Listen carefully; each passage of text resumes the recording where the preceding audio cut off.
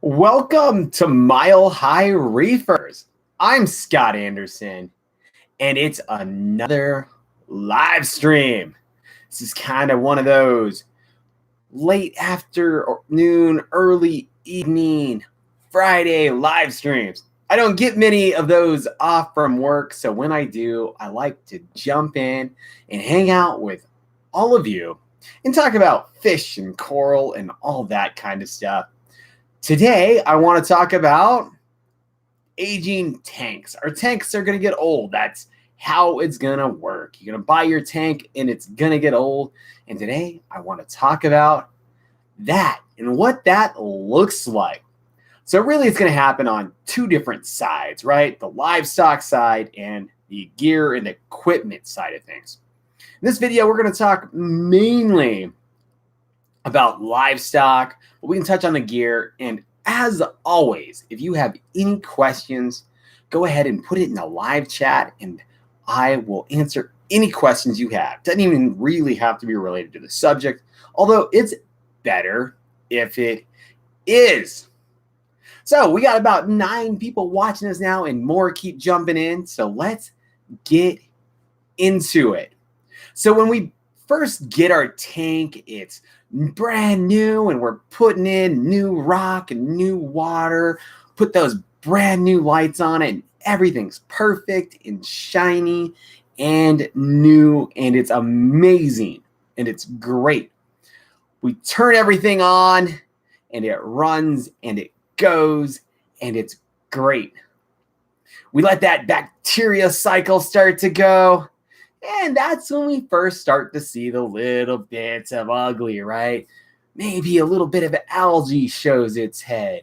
Maybe we get a little bit of just bacterial blooms or whatever, right? But we're going to have that starting cycle we're going to work through before we ever even get those corals in and fish in the tank, which is a lot of fun to watch.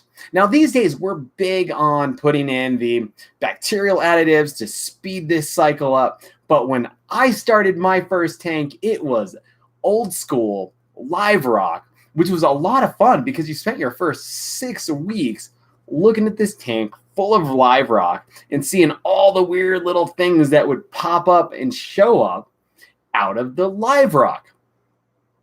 So time is what's going to age our tanks, but really what's going to happen is we're going to start with this brand new tank and then we're going to start adding stuff to it over the years. So like most of us, when we start up, we are going to buy the first coral or fish and put it in the tank and it's going to start growing and it's going to look great and it's going to be beautiful and we're going to love it. And it's going to keep growing and we're going to get excited by it and we'll go buy another one and we'll put it in that tank. And we're going to keep this process up and we'll do this over time. And after the first year, maybe we've got that tank and it's full of all of these little frags and colonies that are really starting to get healthy and grow out. Now, in my opinion, a tank really doesn't establish itself until about that 6th month mark. So for that first 6 months, we're really kind of fighting that bacterial cycle, right? We might see the diatom blooms come in and out.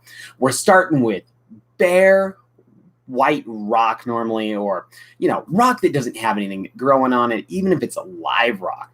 So we'll see a lot of colonization of whatever. So algae, corals, anything that can compete and take that place is going to want to take it. So it's pretty cool to watch it grow out and see what takes all of this free real estate early on. And it's pretty awesome to watch. But it's also incredibly frustrating, right? Because we've all had that new tank and then seeing all that algae grow, right? Well, the algae's there because it's a mix of the nutrients. Everything's settling in and it's bare rock. Well, something's going to grow on that bare rock. Your first stuff that's going to colonize is your bacteria. Next is probably your algae and diatoms and stuff like that. So that kind of stuff is stuff that we have to deal with. Now, that's part of how we've designed our tanks, right? So we're going to have to design to keep our nutrients down, whatever that process you decide is, whether it's carbon dosing or whether you're going into algae scrubbers or just water changes, whatever you want to do, that's the process. But over time, the way we have to think about our tanks is everything we put into our tank goes in and becomes part of it in some way or another, right? Like when we feed our fish, that goes in there and becomes nitrates, phosphates, whatever, some sort of waste product. And of course, the fish takes a little bit on and gets a little fatter, a little heavier. Each one of those fish grows a little bit. Same with the corals, right? We put a coral in, it's going to grow. One thing that they don't mention to you early on when you get into this hobby, pest corals, pest fish, especially on big tanks, fish can be a pest. Once stuff goes in, it's hard to get out sometimes. And that's one thing I have personally learned with pest corals. So be real careful with certain types of corals, like your teal pallies and where you put them. So pallies and zinnias and stuff like that, that grows fast. Green star polyps. Now, first, I'm not saying don't buy these corals because they are ones I personally love. But they will affect how your tank does in the long term. So you're going to have to think about these animals and mitigate your strategies, or you're going to end up like what I have today, which is pest corals. So we'll get into some of that, but we're going to take a second and break away, and I'm going to go over some of the live chat. Benjamin, hello. Bronx Reefer, hello. Teen Reefing. One thing's for sure is that when your tank gets older, you need to start fragging your corals. Yes! And that is part of the winning. That is one of the things we all want as our tank gets older. All right. Loved curing my live rock for 6 months. It was exciting checking on it daily. Okay. I am still torn on live rock. People talk so much crap about it, but honestly, I think you get great bacterial mixes from the ocean. Not sure it's necessary because we have that down, but then you get all of this fun, cool life that maybe you want, maybe you don't. But, you know, I recently got to ask the question, where did all my feather dusters in my tank come from? They came from the original live rock of the 29-gallon tank in 2006. So once stuff goes in, it doesn't always come out. Trying to rid that tank of those feather dusters at this point, nearly impossible. It'd be really, I honestly, I don't even know how I would do it. The good thing is they're pretty benign. They're actually really cool. So I'm pretty good with that. All right. Hello, my tank is about 6 months old and I'm looking at starting my own YouTube channel on Reef Tank. What would you recommend for a beginner to present on my channel? I really appreciate your help. Okay, so what I would recommend is just start doing it. Have fun with it. Take videos of that tank and enjoy it. That's the best part of all of this. Good thing is, like, your first videos, you're probably not going to be very good at them unless, you know, that is something you already know how to do, if it's a skill you have. But not a lot of people are going to watch your first video. So it's great to start learning what works, what doesn't work. I mean, honestly, you guys just heard my cell phone go off.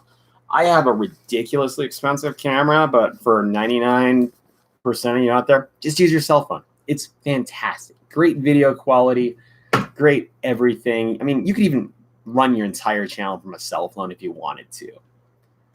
All right. So let's get a little more back into the talk, and then we'll address some more of the comments. But if you have more, put them in. We'll definitely get to them all. So as stuff goes in, it starts to build, you know, and we're creating an ecosystem. And this is the way I look at my reef tanks, and it's a little different than the way I think a lot of us look at a reef tank. So when we put something in, sometimes it thrives, sometimes it does okay, and sometimes it just dies out and goes away.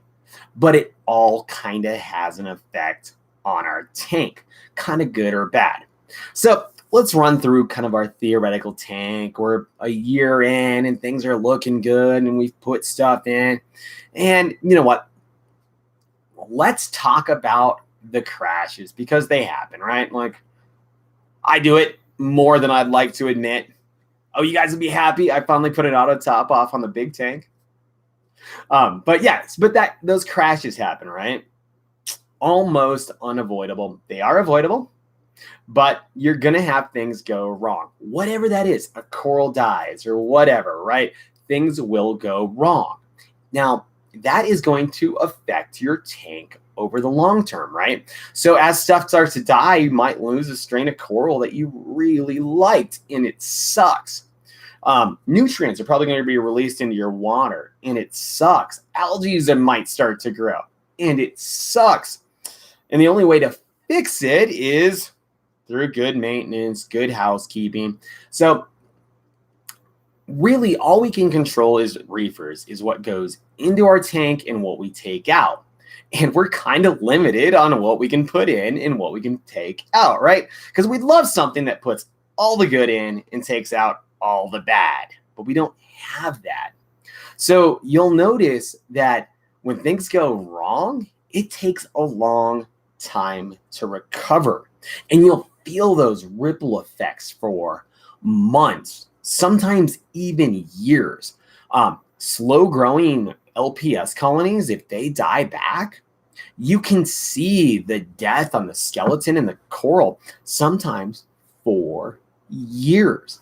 And that's part of learning to grow with these ecosystems, is learning your coral and their behavior over time and what they need. So, you know, if a coral has died back, well, you know, I am all about saving them. I'm all about keeping them healthy and keeping them happy. And you're going to have this long period of time where this coral isn't as happy as it could have been.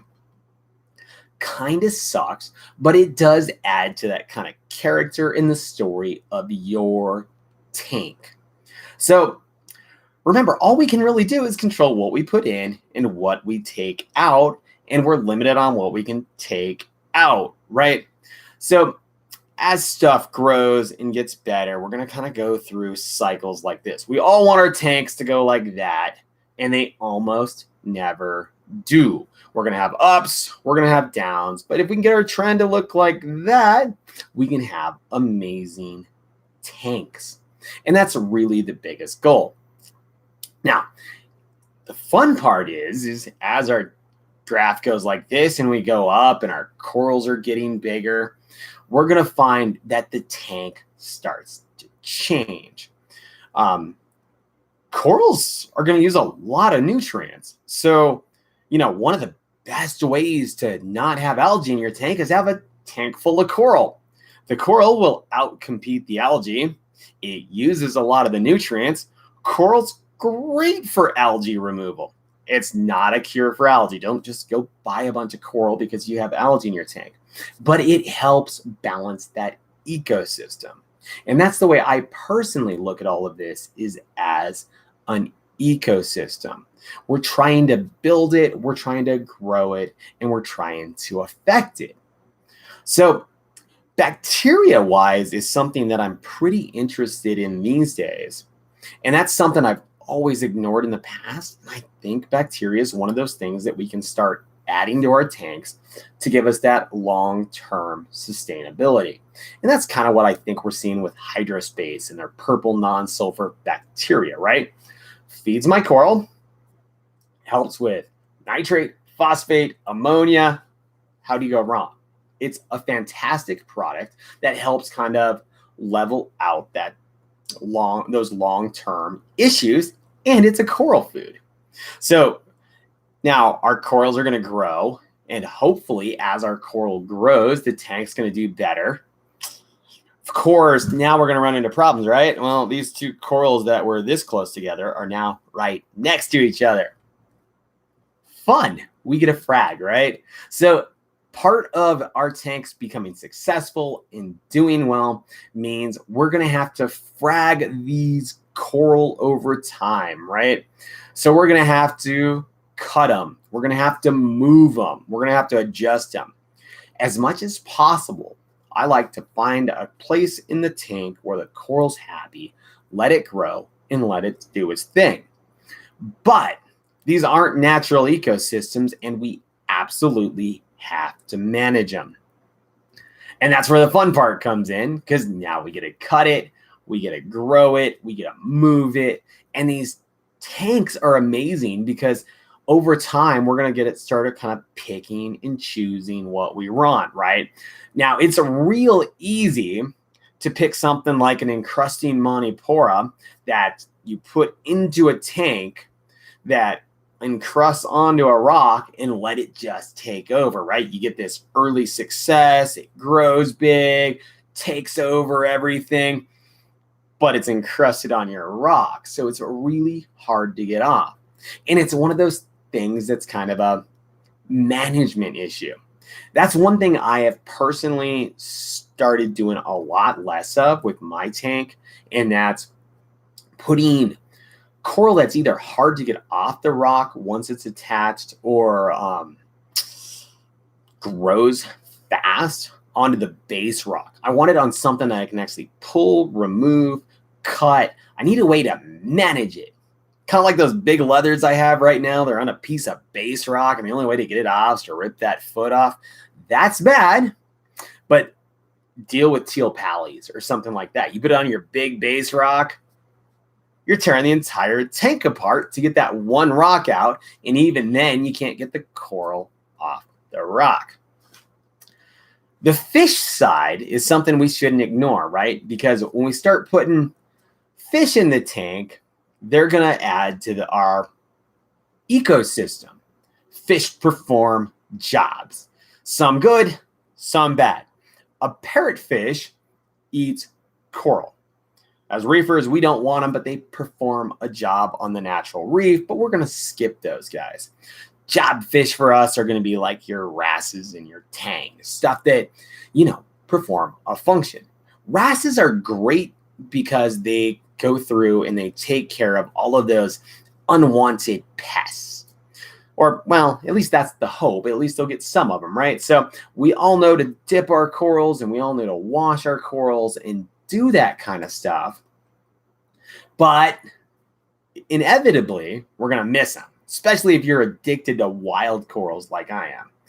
I mean, I don't know how many times I've dipped coral and still found pests. It's frustrating, but that's where the wrasses come in to help, right? So we'll have our wrasses in our tank. I love tangs. They can swim around and eat the algae and do jobs. Of course, our fish are going to grow and they're going to develop their own personalities. One of my favorite parts of this hobby is watching those fish develop their personalities, their interactions with each other. It's really cool. Of course, early on, your fish are younger. They don't know each other as well. They're in a new setting and you can mix and match easier. As your tank grows, it does become harder to add new members to the tank, right? Because now we have bigger, older fish that are better established over time.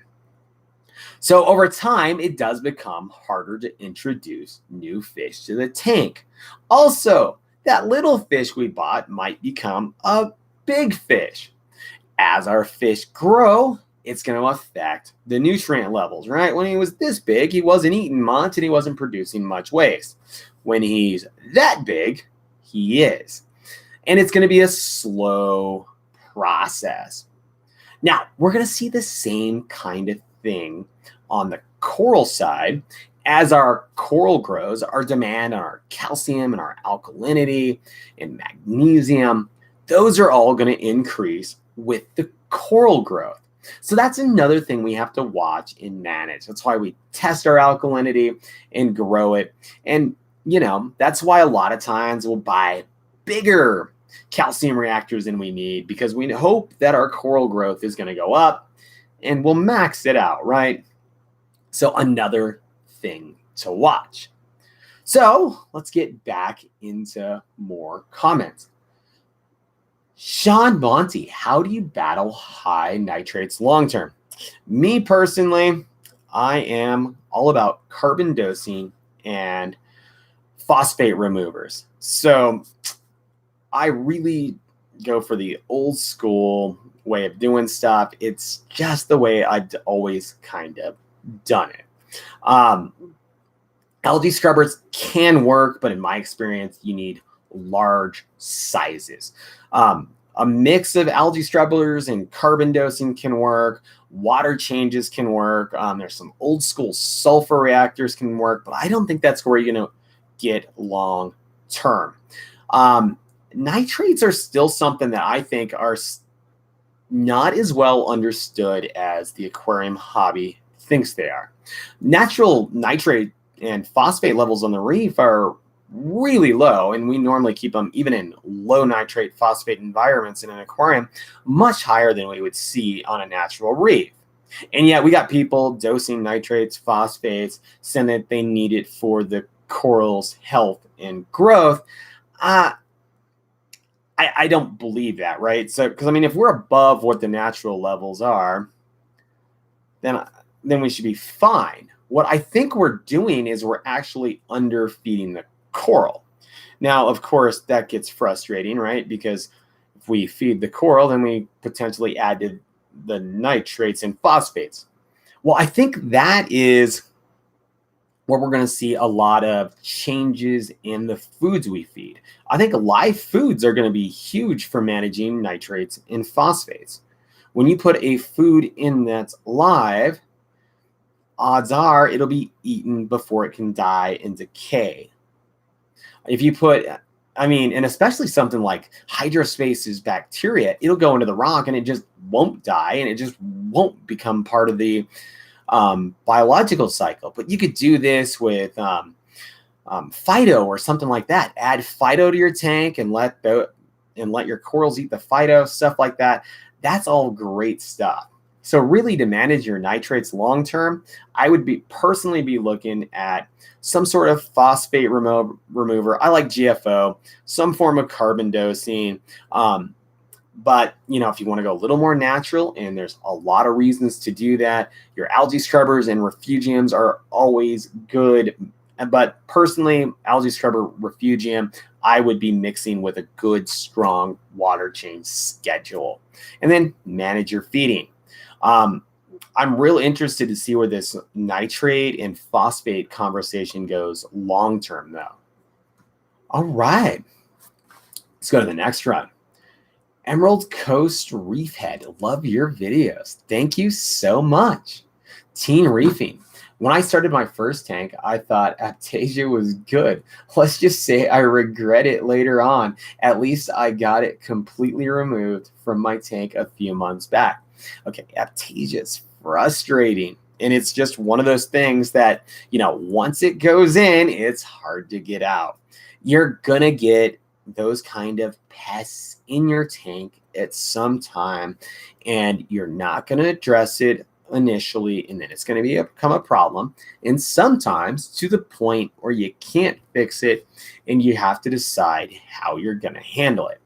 I'm alluding to those photosynthetic flatworms I have in my tank. I put them in, I dipped my corals. I have no idea where they came from. They came in on a frag. There was probably like one.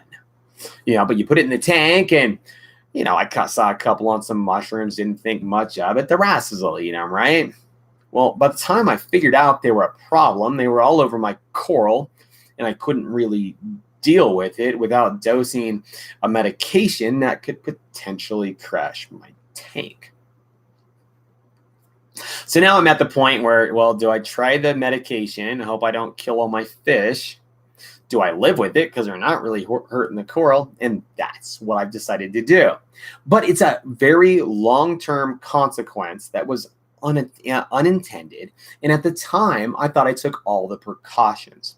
I bought the mix. I bought what I thought were high-quality corals. I dipped the coral. I did everything I thought I could. And I still got them in my tank. The problem is my lack of experience dealing with that particular pest at the time.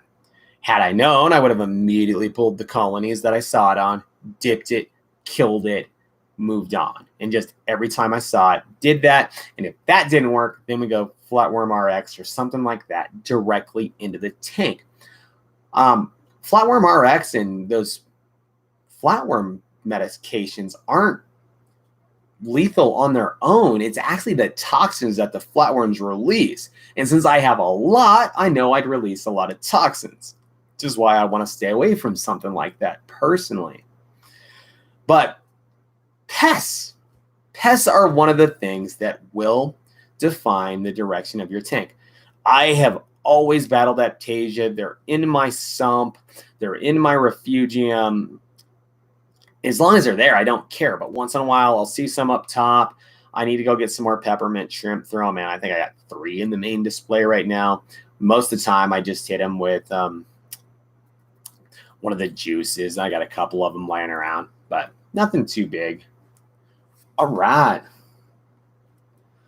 Blue reefer. Never keep sand so you never have high nitrates.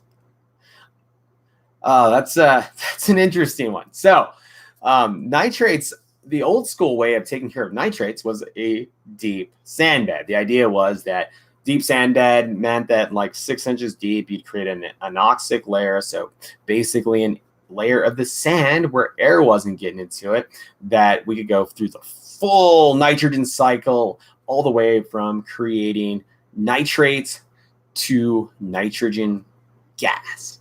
And it was great. But I totally understand what he's saying here is you end up with that detritus buildup, and it's one of the ways to manage a tank. I personally don't do it because I like the look of sand, but there's a heck of a lot of reasons to do it that way. And if I was running a frag system or anything like that, I absolutely would, but I like the aesthetics of sand.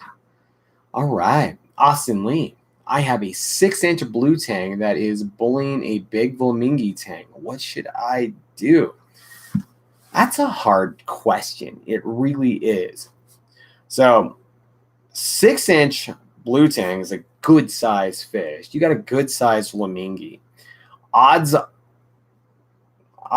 they're going to be a tough one to pull. But if you could trap that blue tang, I would say your best bet, pull that guy, put him, if you've got a sump or another aquarium you can put him in there for a few weeks. Let him lose that territorialism and drop him back in and see how he does. That's probably your best bet to start with. Obviously, make sure you're feeding enough and all that, but I have a feeling it's just a butthead fish. If it was my fish, I'd pull him and see what we can do with him. All right, what is your tank size? So we are 210 gallons upstairs with the sump and frag systems and everything. We're about 450 total.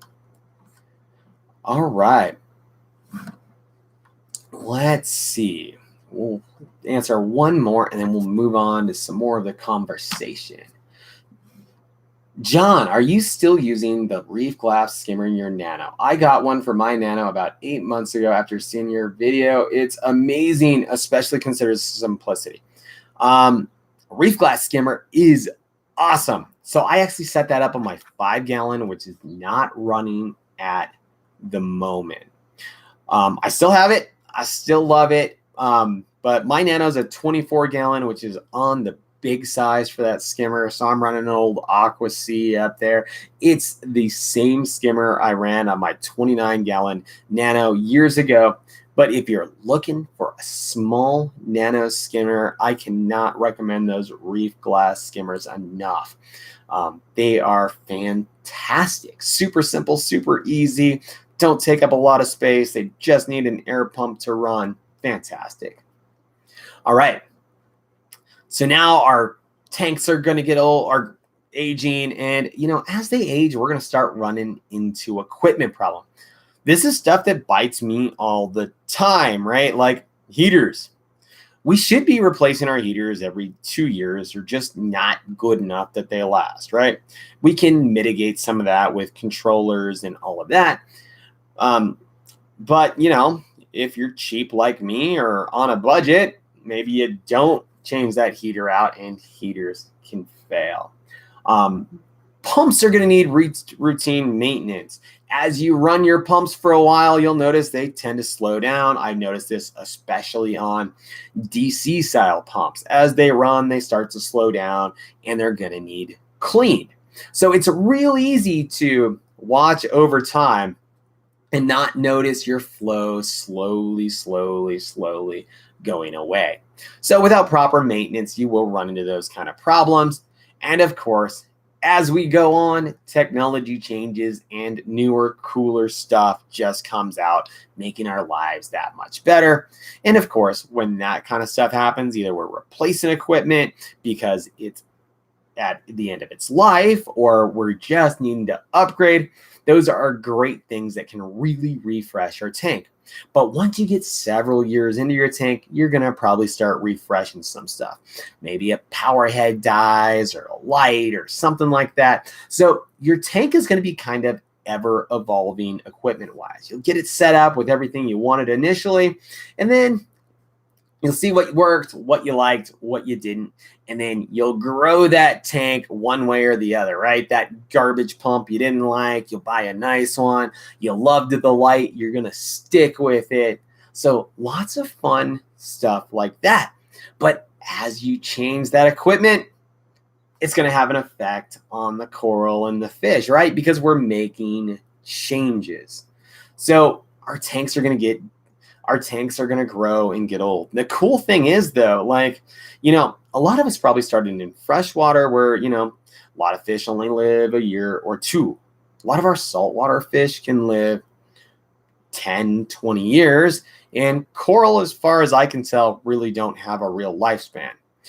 They can grow, they can be fragged, and they can just go on forever. It's the most amazing thing. Like a frag I have now can grow into a colony, and I can give frags away, and they can just be forever. And that's the most incredible thing, right? Like the difference with reef tanks is our animals don't have a defined lifespan. There is no real end of life. And that is my favorite part. And that concept right there is what really made me want to do this video. They're ever evolving ecosystems that we as the reefers get to control. It's amazing. We grow these tanks. We start with these little boxes and our equipment. We put it in and we put the fish in and the coral, and they grow, and we make changes, and we see what those the effects are of those changes in the coral, and it goes on indefinitely. And it's just a management thing, and it's really cool. We're going to have to deal with the pests we put in. We're going to have to deal with the nitrates, the phosphates, and everything. But it is endlessly renewable. We can always add more water. We can always add more salt. We're going to get bored of corals. We'll trade one out. We'll put a new one in. It's ever evolving and absolutely amazing. All right, let's get to some more comments. And if you have more, feel free to put them in. All right. Do you have any experience with wrasses? I have a little experience with wrasses. I don't keep a lot, and here's why. So Christmas wrasse is the big wrasse you'll see in my tank. I've had him for 6, 7 years. He kills anything that looks like him. I have tried a couple of leopard wrasses in that tank, hoping that they would take care of some of those flatworms, and he kills them. Like, well, he doesn't kill them. He just makes sure they stay in the sand bed, and then I never see him. He's just too aggressive. I can't do it. And then I do have the yellow wrasses in. Well, I have one now. I've had up to 3 in the tank, and they do pretty good. And I kept a Christmas wrasse in the 24-gallon for not a Christmas wrasse, a leopard wrasse in my 24 for quite a while. And that was a lot of fun. I love wrasses. But until my Christmas wrasse finally passes on, I won't be adding any more to my tank. So it is one of that species of fish I haven't had a lot of experience with, because I got one aggressive fish, and probably next time I'll just throw like 5 different wrasses in there all at once, so I don't have to mess with any of that. All right. What's a good sand for a starter nano? Honestly, a good like sugar fine aragonite is what I personally like. But there's pros and cons. A coarser sand, you might actually be able to vacuum if you want to try to get some of that detritus out. If you try to do that in a sugar sand, it's going to suck the sand up with it. Me, I don't vacuum my sand bed, but I'm a big fan of just a fine sugar sand. Nothing too special about it, just an aragonite. All right. I have a bare bottom 3-year-old reef and am struggling with ULN nitrate 3 NPO4. Stay ever low naturally. Okay. So it sounds like your nitrates and phosphates are staying naturally low. I don't think that's a bad thing. I personally run my nitrates on the lower side for management reasons. When I look at the natural reefs, like we talked about, their nitrates are lower than what I'm running in my tank, so they're probably fine. And I'm a big believer that the coral don't need nitrates and phosphates from the water. They need food. So I'd rather feed my tank to get the nitrates and phosphates up than dose like a nitrate or a phosphate. I can't imagine dosing phosphate. But, the big thing right now in the hobby is to actually dose nitrates. And I cannot bring myself to do that. I'm not going to dose nitrates when I think my coral needs food. To put it in like the worst analogy possible, nitrates are like the end of this cycle, right? It's the very end of all of these products being broken down. I don't think the corals need them as much as they need the front end of it, right? This is almost the difference between food and crap. Like, honestly, that's the way I view it. So I would rather create the nitrates, if that's the way we want to look at it, by feeding the coral and the fish. It just seems like the healthier, better way to do it. But, as we grow and learn, we may find out more, but I am not one who wants to dose nitrates in my tank. I use carbon dosing and GFO to maintain my nitrates and phosphates. As you'll know, I'm struggling with an algae outbreak because of a crash in my tank, and we're going old school. We're just letting it run its course. We're letting the tangs do their thing. It's slow and steady. And that's what wins the race in reefing. My tank is what it is because of the time and the growth. That's what makes the tank is time and growth. And there's just not a lot we can do to accelerate it. We just got to provide it with good conditions. All right. What's your secret to losing weight? On another note, I have a 10-month-old nano and am battling dinos. What method do you use? Okay, so we're going to start with the dinos first. Dinos are the most frustrating thing in the world.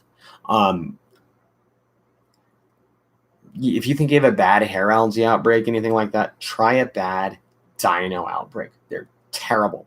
And I feel like I've kind of tried it all. I've tried a lot of the bacterial cures. I've tried the high levels of heat. The only thing I really haven't tried are high nitrates. Maybe that's my problem. I run my nitrates too low. But the dino in my 24 gallon's been getting a lot better, and I am correlating that with Hydrospace's purple non-sulfur bacteria. I'm not trying to sell you his product, but that is where I'm at on this, because everything else I tried didn't have the results that I'm currently seeing. That's the insane part. I've had algae in the tank and dinos. It's frustrating, right? Oh, it's like I got dino and algae. So there's enough nitrate for the algae to grow, but the dino's still there. But the thing that seems to be working right now is purple non-sulfur bacteria, but it might be just that if I'd run my nitrates a little higher, I'd be better off. Maybe I should feed my fish more, but I am not an expert on that. I been really lucky. 210 has never really had a major dino issue. And the 24 is really the only one I've ever had struggles with. But they've been real, and I know exactly where you're coming from. But if it was me, your tank, I'd get some Hydrospaces bacteria and see if it works for you. It's pretty cheap and easy. All right. And weight loss. Okay. Weight loss is pretty easy. We're not going to go too much into it because this is a reefing channel. But basically, I am down about 70, 75 pounds from March of last year. And basically, I quit drinking alcohol. Once I got off my COVID diet because I couldn't get real food, I've been eating basically a vegan, whole food, plant-based diet. So, you know, all of that stuff my mom told me to do when I was a little kid, you know, don't drink alcohol and eat right. That's all I had to do to be healthy. I know, right? Listen to your mom. That's all you got to do. All right. Hi, I'm late to the party. Well, welcome, Alex. We're having some fun talking about old tanks, or at least the way our tanks grow. All right. I agree. I don't feel comfortable dosing nitrates or phosphates to battle dinos. Yeah, it doesn't seem like the right answer. If you want to raise your nitrates, phosphates, something like that, feed more. Heck, maybe it's a good excuse to go buy another fish. Might be. I mean, it sounds like a better thing to do than dosing nitrates. I'd rather buy a fish. All right. All right. Teen Reefer, but my tank is flourishing and it looks better than it has in a long time. That is what we all want. All right, David Cohen. Hi, Scott. I've been dosing nitrates, which my Ghanies love, and it's also causing my, I'm not sure what that word is, to grow, which keeps my phosphates down. So that's awesome. There are a lot of people doing this and doing it successfully. I think I was even hearing Mike Paletta was doing it. Dude's master, amazing tank. It's just not the direction I personally want to go. And I guess it's an interesting story, right? Because nitrates are kind of the thing that used to kill reef tanks back in the old days.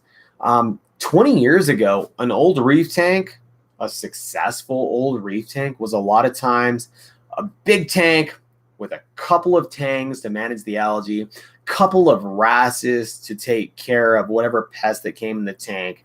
And they were a skinny fish that barely got fed because the only great way we had to manage to manage nitrates and the phosphates at the time were GFO, little bit of algae reactor, stuff like that.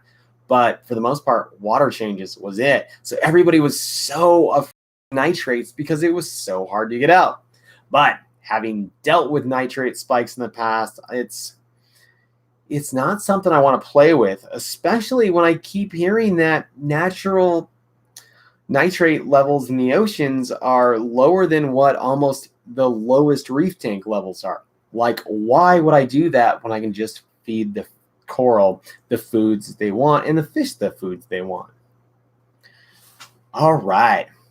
Well, this was a fun one, guys. We're about 45 minutes in. I really appreciate everybody joining in. And that's kind of my thoughts on old tanks. The reality is growing these things up, they grow indefinitely. There's never a reason that a tank ever has to completely die. Our corals can live basically forever. And the fish, they can live for decades, some of them. I've got a 15, 16-year-old clownfish now. 2006 is when I got him. It's amazing. So, all right, guys. We'll see you later. Thanks for watching.